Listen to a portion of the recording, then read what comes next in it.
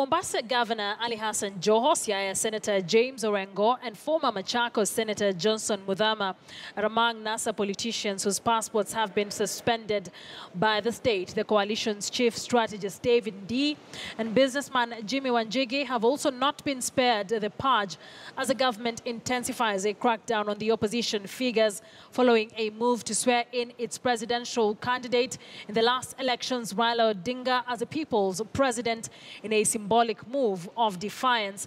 In a letter addressed to the leaders, said to be 15 in total, the Director of Immigration, Gordon Kihalangwa, said the revocation was done in line with the Citizen and Immigration Act of 2011, which gives grounds for the suspensions. Kihalangwa consequently directed the opposition leaders to surrender their passports to the immigration offices at Nyayo House within 21 days, failure to which, he says, the documents will be declared null and void.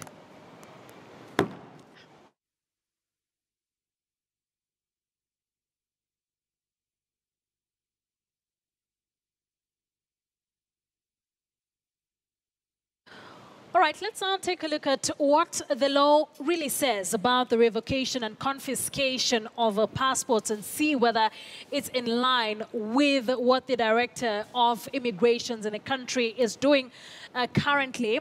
So the Citizenship and Immigration Act on the confiscation and or suspension of a passport or travel, this says that the holder permits another person to use his passport or travel documents. This is one of the grounds where a passport can be revoked, when a holder permits another person to use his passport or a travel document.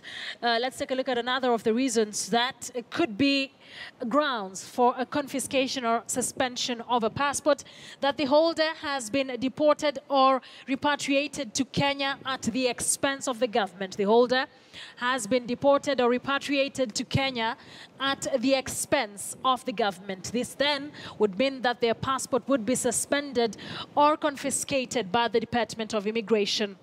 This can also happen if a holder is convicted for drug trafficking, money laundering, trafficking in persons, and smuggling. If the holder is convicted for drug trafficking or human trafficking or acts of terrorism or any other international crime. This is some of the crimes stipulated in the Constitution that lay grounds for one's passport to be suspended or confiscated. A warrant, if this can also happen if a warrant of arrest has been issued against the holder and there is a risk of absconding, if they're not really confident that this person might avail themselves to police stations or the various agencies which are spearheading the investigations of a particular case that they are involved in. A passport can be revoked, confiscated, or suspended if the holder is a person against whom there is a court order restricting movement or authorizing denial, confiscation, or suspension of the passport or travel document. Some of the grounds where a passport can be revoked or suspended.